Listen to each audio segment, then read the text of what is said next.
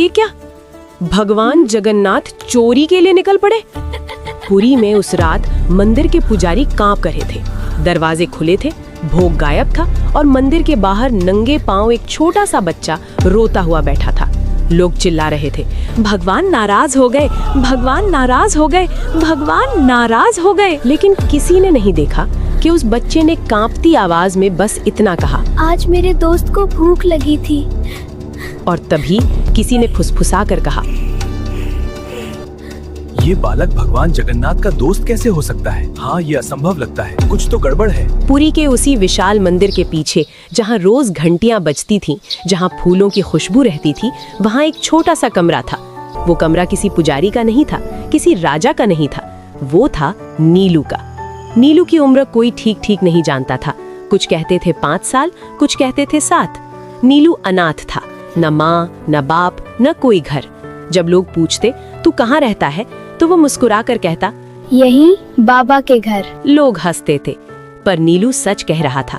हर सुबह जब मंदिर के कपाट खुलते, नीलू सबसे पहले पहुंच जाता। वो झाड़ू नहीं लगाता था, वो फूल नहीं चढ़ाता था, वो बस जगन्नाथ जी के सामने बैठकर धीरे से कहता, आज आप जल्दी मत जाना। जैसे कोई दोस्त दूसरे दोस्त से बात करता है। कभी कभी वो शिकायत करता, कल आपने मुझे सपने में भी नहीं बुलाया। कभी हंसता, आज आपके लिए नई कहानी लाया हूँ। पुजारी देखते थे पर अनदेखा कर देते थे। उनके लिए नीलू बस एक अनाथ बच्चा था, पर नीलू के लिए जगन्नाथ ही सब कुछ थे। वो दिन जब सब कुछ बदलने वाला था। उस दिन बारिश बहुत जोर से हो रही थी। भोग की तैयारी देर से हुई, पुजारी परेशान थे, भीड़ ज्यादा थी। नीलू को उस दिन प्रसाद नहीं मिला। वो मंदिर के कोने में चुपचाप बैठा रहा, आंखें नीचे, पेट खाली। रात होने लगी।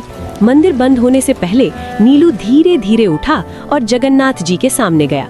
उसकी आवाज कांप रही थी, आज आप खाना मत खाना, क्योंकि आज मेरे दोस्त को भूख थी है। एक पुजारी गुस्से में बोला, चल हट, ये भगवान है। नीलू ने सिर झुका लिया, पर जाते जाते धीरे से फुसफुसाया, अगर आप नहीं आए तो आज मैं सो नहीं पाऊंगा। वो रात जब चोरी हुई, आधी रात, मंदिर शांत था। अचानक शोर मचा, भोग गायब है। लड्डू, फल, मिठाई सब नहीं थे। पुजारी दौड़े, दरवाजे बंद थे, ताले सही थे, कोई बाहर से नहीं आ सकता था। तो फिर तभी किसी ने देखा, मंदिर के बाहर नीलू बैठा था। उसके हाथ में आधा लड्डू था और आंखों में डर। भीड़ इकट्ठा हो गई। कोई चिल्लाया, भगवान चोरी करने निकल पड़े। कोई बोला, ये बच्चा चोर है। नीलू कांपने लगा। उसने बस इतना कहा, उन्होंने खुद दिया। पुजारी गुस्से में बोले, भगवान खाना नहीं देते, तू चोरी करता है। नीलू रो पड़ा। उसने जमीन पर बैठकर जोर से कहा, आप लोग नहीं समझते। भीड़ शांत हो गई। नीलू बोला, दोस्तों, जब मुझे डर लगता है वो आते हैं, जब भूख लगती है वो हंसाते हैं। आज उन्होंने कहा तुम सो जाओ, मैं देख लूंगा। सन्नाटा। लेकिन यहीं कहानी खत्म नहीं होती। उसी पल मंदिर के अंदर से घंटी अपने आप बज उठी और जगन्नाथ जी की आंखों से जैसे चमक निकल पड़ी। पुजारी पीछे हट गए। किसी ने कांपते हुए कहा, अगर बच्चा झूठ नहीं बोल रहा तो इसका मतलब भगवान सच में किसी की मनोकामना पूरा करने निकल पड़े थे। लेकिन सवाल अब भी था, भगवान किसी की सुन लेते हैं और किसी की नहीं। ऐसा क्यों? क्या अगला दिन नीलू के लिए चमत्कार लाएगा या सबसे बड़ी सजा? जब लोगों ने सोचा अब अच्छा होगा, लेकिन भगवान ने सबसे कठिन रास्ता चुना। अगली सुबह जब सबको लगा अब चमत्कार होगा, पुरी में सुबह होते ही खबर फैल गई। रात भगवान ने भोग खुद बाहर भेजा। एक बच्चे के लिए भगवान चले आए। अब तो इस बच्चे की किस्मत बदल जाएगी। मंदिर के बाहर भीड़ थी। लोग नीलू को देखने आए। कोई सिक्का दे रहा था, कोई मिठाई, कोई सिर पर हाथ फेर रहा था। नीलू बस चुप था। वो बार बार मंदिर के दरवाजे की तरफ देख रहा था, जैसे किसी का इंतजार हो। नीलू की एक ही जिद। एक पुजारी ने पूछा, बोल बेटा, क्या चाहिए? नीलू ने सिर हिलाया, कुछ नहीं। नीलू बोला, बस आज रात भी वो आएंगे ना? पुजारी चुप हो गया, क्योंकि वो नहीं जानता था कि भगवान हर रात किसी के लिए आते हैं या नहीं। पहला झटका, जब सब उल्टा हो गया। दोपहर होते होते मंदिर समिति की बैठक हुई। कुछ बुजुर्ग पुजारी बोले, ये बच्चा गलत परंपरा बना रहा है। लोग भगवान से दोस्ती समझने लगेंगे। भक्ति डर से नहीं, नियम से चलती है। और फिर फैसला हुआ, नीलू को मंदिर से निकाल दिया जाएगा। शाम होते ही एक पुजारी नीलू के पास आया। अब तुम यहाँ नहीं रह सकते। नीलू ने धीरे से पूछा, तो वो मुझे कहाँ मिलेंगे? पुजारी ने जवाब नहीं दिया। वो पल जब सबको लगा अब अच्छा होगा। लोगों ने सोचा अब बच्चा बाहर जाएगा, कोई सेठ उसे गोद ले लेगा, अब इसका जीवन सुधरेगा। लेकिन किसी ने नहीं देखा कि नीलू मंदिर के बाहर पत्थर पर बैठकर खामोशी से रो रहा था। वो रोते हुए नहीं बोला, वो डरा हुआ था। रात जब भगवान नहीं आए। पहली बार नीलू मंदिर के अंदर नहीं था, वो बाहर बरामदे में लेटा था। आसमान में बादल थे, हवा ठंडी थी। नीलू ने आंखें बंद की और धीरे से कहा, आज आप आओगे ना? कोई जवाब नहीं। घंटियां नहीं बजी, कोई आहट नहीं। नीलू ने फिर कहा, अगर मैंने कुछ गलत कहा हो तो माफ कर देना। लेकिन उस रात भगवान नहीं आए। दूसरा झटका, जब लोग डर गए। अगली सुबह मंदिर में कुछ अजीब हुआ। भोग बना लेकिन स्वाद कड़वा था। पुजारी हैरान। फिर दूसरे दिन फूल मुरझा गए। तीसरे दिन घंटियां अपने आप बीच में रुक गईं। लोग फुसफुसाने लगे, बाबा नाराज है, बच्चे को निकालना ठीक नहीं हुआ। लेकिन तब तक नीलू कहीं और जा चुका था। नीलू का नया रास्ता, जहां सबको लगा अब अच्छा होगा। एक सेठ ने नीलू को अपने घर ले लिया। बड़ा घर, नरम बिस्तर, भरपेट खाना। लोग बोले, देखो भगवान ने दे दिया, अब सब ठीक है। लेकिन पहली रात नीलू बिस्तर पर बैठा रहा, खाना नहीं खाया। सेठ की पत्नी बोली, क्या हुआ? नीलू बोला, यहाँ वो नहीं आते। यहाँ वो नहीं सब हंस पड़े। सबसे बड़ा ट्विस्ट, जहाँ सब गलत साबित हुआ। तीसरी रात नीलू तेज बुखार में कांप रहा था। डॉक्टर आए, दवा दी, लेकिन नीलू बार बार बड़बड़ा रहा था, मैं गलत जगह आ गया, वो मुझे यहाँ नहीं ढूंढ पाएंगे। सेठ डर गया। उसी रात मंदिर में घंटी अपने आप जोर से बज उठी और मुख्य पुजारी बेचैन होकर उठ बैठे। उन्हें सपना आया। जगन्नाथ जी बोले, जिसे तुमने बाहर किया वो मेरा है। सुबह होते ही सेठ नीलू को लेकर मंदिर भागा। लेकिन सवाल ये था, क्या नीलू जीवित रहेगा? क्या भगवान वापस आएंगे? या अब बहुत देर हो चुकी है? और सबसे बड़ा सवाल, क्या हर बार भगवान जल्दी सुनते हैं तो वो अच्छा ही होता है? जब भगवान समय पर नहीं आए और सबने मान लिया कि अब बहुत देर हो चुकी है, वो सुबह जो किसी की जिंदगी बदल देती है। सुबह का सूरज निकला, लेकिन पुरी की हवा में वो शांति नहीं थी। मंदिर के बाहर लोग चुप थे, कोई घंटी नहीं, कोई मंत्र नहीं। सेठ की गाड़ी मंदिर के सामने रुकी। नीलू अंदर था, कमजोर, तपता हुआ, आंखें अध खुली। मुख्य पुजारी आगे बढ़े। जल्दी करो, डॉक्टर फुसफुसाए, बच्चे की हालत बिगड़ रही है। नीलू ने अचानक आंखें खोली। उसकी आवाज बहुत धीमी थी, आज वो आएंगे? किसी के पास जवाब नहीं था। मंदिर के अंदर, जहां सब कुछ गलत लग रहा था, नीलू को गर्भगृह के पास लाया गया, वो जगह जहां आम लोगों को जाने की इजाजत नहीं होती। पुजारी कांप रहे थे, ऐसा पहले कभी नहीं हुआ था। नीलू ने आंखें बंद की और बहुत धीरे से बोला, अगर आप नहीं आए तो मैं सो जाऊंगा। ये सुनकर एक बुजुर्ग सेवायत रो पड़े। जब लोगों ने पहली बार भगवान से सवाल किया, भीड़ के बीच एक आदमी चिल्लाया, अगर भगवान दोस्त है तो अब कहाँ है? किसी और ने कहा, क्यों भगवान बंदों से भी देर कर देते हैं? पहली बार पुरी में लोग भगवान से सवाल कर रहे थे और भगवान अब भी चुप थे। वो क्षण जब सबको लगा अब अंत है। नीलू की सांसें तेज हो गईं, हाथ ठंडे पड़ने लगे। डॉक्टर ने सिर हिलाया, हम कुछ नहीं कर सकते। सेठ की पत्नी फूट फूट कर रो पड़ी। पुजारी ने आंखें बंद कर लीं। अगर भगवान दो तो थे तो उन्होंने इसे नैने क्यों दिया? और उसी पल नीलू ने मुस्कुरा दिया, बहुत हल्की मुस्कान। उसने फुसफुसा कर कहा, वो आ गए। सब चौंक गए। कहाँ? किसी ने पूछा। नीलू बोला, पीछे। उसी पल मंदिर के भीतर तेज हवा चली, दिए कांपने लगे, घंटी अपने आप बज उठी। लेकिन जगन्नाथ जी की मूर्ति हिली नहीं, कोई चमत्कार नहीं, कोई रोशनी नहीं। लोग भ्रम में थे, अगर भगवान आए हैं तो दिख क्यों नहीं रहे? सबसे दर्दनाक मोड़, नीलू की सांस अचानक थम गई। डॉक्टर ने कलाई छोड़ी, धीमी आवाज में बोला, अब नहीं। मंदिर में एक साथ कई चीखें उठी। सेठ घुटनों पर गिर पड़ा। पुजारी फूट फूट कर रोने लगे और उसी पल एक पुजारी ने कांपती आवाज में कहा, अगर भगवान दोस्त थे तो उन्होंने इसे मरने क्यों दिया? चुप्पी जो जवाब से ज्यादा भारी थी। नीलू का शरीर शांत था, चेहरे पर डर नहीं था, बस एक अजीब सी शांति। मंदिर के बाहर लोग बैठ गए, कोई बोल नहीं रहा था। पुरी ने पहली बार भगवान की चुप्पी को इतना भारी महसूस किया। सवाल जो अब सबके थे, क्या भगवान देर कर गए? क्या दोस्ती भी नियमों से हार गई? क्या भगवान सिर्फ देने आते हैं या कभी लेने भी? और सबसे डरावना सवाल, अगर भगवान ना आए तो विश्वास का क्या? रात होते ही मुख्य पुजारी को एक और सपना आया, लेकिन इस बार भगवान मुस्कुरा नहीं रहे थे। उन्होंने बस इतना कहा, तुम सब ने सोचा मैं देर कर गया, लेकिन तुम नहीं जानते मैं उसे लेने नहीं छोड़ने आया था। मैं उसे लेने नहीं छोड़ने आया था।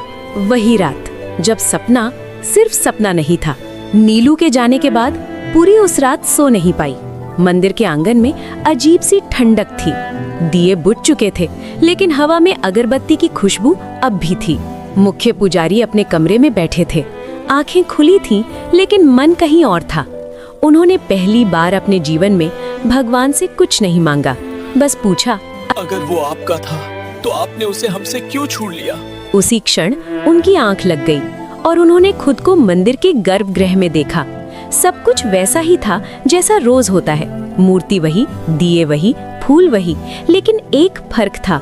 जगन्नाथ जी आज सिंहासन पर नहीं थे, वो नीचे खड़े थे और उनके पास नीलू बैठा था। नीलू वैसा नहीं जैसा सबने देखा था। नीलू अब बीमार नहीं था, कमजोर नहीं था। उसके कपड़े साफ थे, चेहरा शांत था, वो हंस रहा था और जगन्नाथ जी उसके बाल सहला रहे थे। पुजारी कांप गए। उन्होंने पूछा, अगर नीलू आपके पास है तो उसका शरीर? अगर नीलू आपके पास है तो उसका शरीर? भगवान ने उनकी तरफ देखा। उनकी आंखों में न गुस्सा था न करुणा, बस सच्चाई। भगवान बोले, तुम सबने समझा मैं देर कर गया, लेकिन नीलू को कभी देर नहीं लगी। पुजारी रो पड़े। तो फिर वो क्यों गया प्रभु? भगवान जगन्नाथ ने धीरे से कहा, क्योंकि वो रुकने नहीं आया था।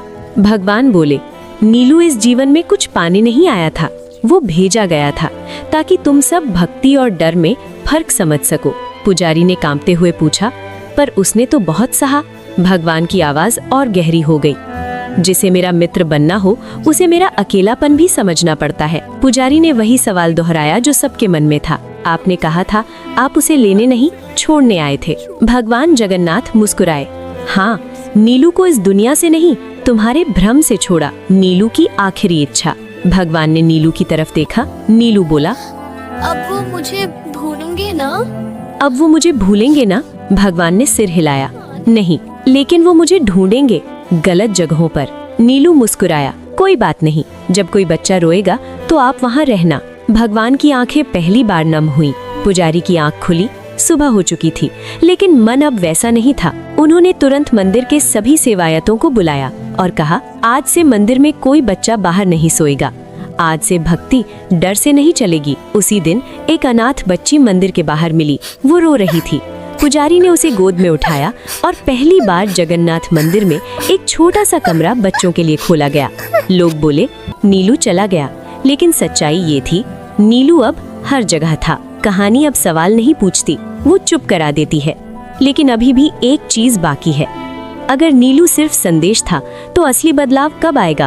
क्या भगवान सच में किसी की मनोकामना जल्दी और किसी की देर से पूरी करते हैं? चमत्कार जो दिखा नहीं, लेकिन सबको बदल गया। उस सुबह पुरी में कुछ भी अलग नहीं दिख रहा था। सूरज वैसे ही निकला, घंटियां वैसे ही बजी, भीड़ वैसे ही आई, लेकिन जिनकी आंखें खुल चुकी थीं, उन्हें सब कुछ अलग लग रहा था। मुख्य पुजारी पहली बार भीड़ से पहले मंदिर के बाहर खड़े थे, वहां जहां नीलू बैठा करता था। नीलू की जगह पर आज एक छोटा सा कपड़ा रखा था। उस पर फूल नहीं थे, दिया भी नहीं था, बस एक साधारण सी चटाई। एक सेवायत ने पूछा, ये किसके लिए है? पुजारी ने कहा, उसके लिए जो आ जाएगा। धीरे धीरे फैलती बात। पहले दिन एक बच्चा आया, दूसरे दिन 2, तीसरे दिन 4। कोई नहीं जानता था कि खबर कैसे फैली। बस इतना हुआ कि अब मंदिर के बाहर कोई बच्चा अकेला नहीं बैठता था। पहला बदलाव पूजा में। एक दिन भोग की थाली आई।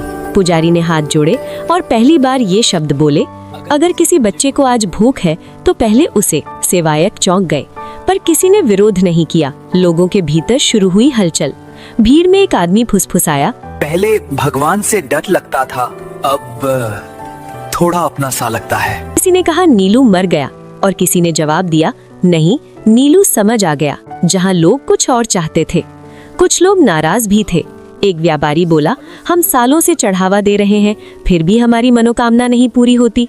दूसरा बोला, एक बच्चा आया और सब बदल गया। पुजारी ने शांत स्वर में कहा, शायद बदलाव मंदिर में नहीं, हम में होना था। एक दिन बारिश वे एक शाम तेज बारिश हो रही थी। मंदिर के बाहर एक बच्ची खड़ी थी। वो कुछ नहीं बोली, बस देखती रही। पुजारी बाहर आए, पूछा, किसे ढूंढ रही हो? बच्ची ने कहा, मेरे दोस्त को। पुजारी की आंखें भर आईं। नीलू की मौजूदगी बिना दिखे। कई लोगों ने एक ही बात कही, जब भी किसी बच्चे को खाना मिलता है मुझे लगता है कोई मुस्कुरा रहा है। जब मंदिर शांत होता है लगता है कोई बैठा सुन रहा है। कोई नाम नहीं लेता था, पर सब जानते थे। मनोकामना का सच धीरे धीरे खुलता। एक दिन एक महिला आई, रोते हुए बोली, मैंने सालों से मांगा, कुछ नहीं मिला। पुजारी ने पूछा, आज क्या चाहती हो? वो बोली, बस समझना चाहती हूँ, देरी क्यों? पुजारी ने कहा, क्योंकि कुछ लोग मांगने आते हैं और कुछ तैयार होने। वो शाम जब मंदिर सबसे शांत था। उस शाम कोई विशेष पूजा नहीं थी, कोई घोषणा नहीं, बस दिए जल रहे थे और गर्भगृह के पास एक छोटा सा बच्चा धीरे से बोला, आज वो आए थे। किसी ने पूछा, कहाँ? बच्चा मुस्कुराया, जब मुझे डर लगा तब। अब सवाल बदल चुके थे। अगर चमत्कार शोर नहीं करता तो हम उसे पहचाने कैसे? और अगर भगवान जल्दी नहीं देते तो क्या वो मना कर रहे होते हैं? कुछ प्रार्थनाएं तुरंत क्यों सुनी जाती हैं और कुछ को सालों इंतजार क्यों करना पड़ता है? समय बीतता है पर सवाल नहीं। नीलू गए हुए अब कई महीने हो चुके थे। मंदिर वैसा ही था, लेकिन लोग वैसे नहीं रहे। अब लोग मंदिर आते थे पर पहले जैसे नहीं। पहले लोग पूछते थे, मुझे ये चाहिए, मेरा ये कर दो। अब लोग पूछते थे, मैं क्यों मांग रहा हूँ? पहला सच जिसे कोई सुनना नहीं चाहता। एक दिन एक बूढ़ा व्यक्ति आया। उसकी पीठ झुकी थी, आवाज थकी हुई। उसने पुजारी से कहा, मैं 30 साल से पूजा कर रहा हूँ, फिर भी मेरी मनोकामना पूरी नहीं हुई। पुजारी ने पहली बार सीधा जवाब दिया, क्योंकि आप भगवान से नहीं, डर से जुड़े हुए थे। बूढ़ा आदमी चौंक गया। डर और भक्ति का फर्क। पुजारी बोले, जब कोई बच्चा रोता है वो डर से नहीं रोता, वो भरोसे से रोता है। नीलू इसलिए सुना गया क्योंकि उसे खोने का डर नहीं था। भीड़ में सन्नाटा छा गया। समय का रहस्य। एक और आदमी बोला, तो क्या भगवान समय देखकर देते हैं? पुजारी मुस्कुराए, नहीं, भगवान देखकर देते हैं कि तुम संभाल पाओगे या नहीं। भारी हाथ, खाली हाथ। पुजारी ने जमीन से एक पत्थर उठाया, फिर एक फूल, और कहा, भरा हुआ हाथ फूल नहीं पकड़ सकता और भरा हुआ मन भगवान नहीं। भीड़ में कई लोग आंखें झुका गए। जब देर असल में दया होती है। एक महिला रोते हुए बोली, मैंने मांगा था कि मेरा बेटा बच जाए, भगवान ने नहीं सुना। पुजारी ने धीरे से कहा, शायद उन्होंने सुना, पर वो दर्द आपके लिए जरूरी था। ये सुनकर कुछ लोग उठकर चले गए। सच हर किसी के लिए नहीं होता। नीलू की याद फिर से। उसी समय एक छोटा बच्चा मंदिर के बाहर बैठा था। उसने बिना किसी कारण कहा, वो कहते थे अगर अभी नहीं मिला तो मतलब अभी उठाने लायक नहीं हूँ। सब ठिठक गए। तीसरा सच, बच्चा ही क्यों चुना गया? एक सेवायत ने पूछा, भगवान ने बच्चा ही क्यों चुना? पुजारी बोले, क्योंकि बच्चे हिसाब नहीं रखते, वो दोस्ती करते हैं। जब लोग टूटते हैं तब भगवान काम करते हैं। पुजारी ने आखिरी बात कही, भगवान देने से पहले इंसान को तोड़ते नहीं, खाली करते हैं, और जो खाली होना स्वीकार कर ले उसे इंतजार नहीं लगता। अब कहानी अपने आखिरी मोड़ पर है। सिर्फ एक सवाल बचा है, क्या नीलू का असर सिर्फ मंदिर तक था या उससे बाहर भी? क्या भगवान आखिरी बार कोई संकेत देंगे? आखिरी संकेत जो भगवान ने शब्दों में नहीं दिया, वो सुबह जो किसी ने नोटिस नहीं की। उस सुबह पुरी में कुछ भी अलग नहीं दिख रहा था, ना कोई चमत्कार, ना कोई घोषणा, ना कोई आवाज, लेकिन मंदिर के बाहर एक छोटा सा दृश्य था जिसे ज्यादातर लोगों ने देखकर भी अनदेखा कर गए। एक बच्चा मंदिर की सीढ़ियों पर बैठा था। उसके पैरों में चप्पल नहीं थी, हाथ में कोई कटोरा नहीं था। वो बस दिए की लौ को देख रहा था। एक सवाल जो कहानी को पूरा करता है। एक आदमी रुका, पूछा, तू यहाँ क्यों बैठा है? बच्चे ने ऊपर देखा और वही जवाब दिया जो कभी नीलू देता था, अपने दोस्त का इंतजार कर रहा हूँ। आदमी ठिठक गया, बिना दिखे हुआ चमत्कार। उसी पल हवा हल्की सी चली, दिए की लौ सीधी खड़ी हो गई। घंटी नहीं बजी, मूर्ति नहीं हिली, लेकिन जो वहां खड़े थे उन्हें ऐसा लगा कोई सुन रहा है। नीलू की कहानी अब किसी एक की नहीं। धीरे धीरे मंदिर के बाहर और बच्चे आने लगे। कोई रो नहीं रहा था, कोई मांग नहीं कर रहा था, बस बैठे थे। और मंदिर पहली बार इतना शांत था। आखिरी समझ जो देर से आती है। मुख्य पुजारी सीढ़ियों पर बैठ गए और बोले, हम भगवान को अपने समय में बांधना चाहते थे, पर भगवान इंसान को समय के लायक बनाते हैं। सबसे भारी पंक्ति। पुजारी ने आंखें बंद की और बहुत धीरे से कहा, नीलू को भगवान ने नहीं छोड़ा, भगवान ने हमें छोड़ा था, हमारी शर्तों के साथ। जहां कहानी आपसे जुड़ती है। शाम को एक माँ अपने बच्चे का हाथ पकड़कर मंदिर से बाहर निकली। बच्चे ने पूछा, माँ भगवान कहाँ रहते हैं? माँ रुकी, फिर बोली, जहां डर नहीं होता। बच्चा मुस्कुराया। अंतिम शब्द। लोग कहते हैं भगवान कुछ लोगों की प्रार्थना तुरंत सुन लेते हैं और कुछ को इंतजार करवाते हैं, लेकिन सच ये है भगवान कभी देर नहीं करते। वो बस तय करते हैं कि कौन मांग रहा है और कौन भरोसा कर रहा है। अंतिम पंक्ति, आफ्टर साइलेंस। अगर आज भगवान चुप है तो समझ लेना वो काम कर रहे हैं, और शायद तुम्हारे भीतर।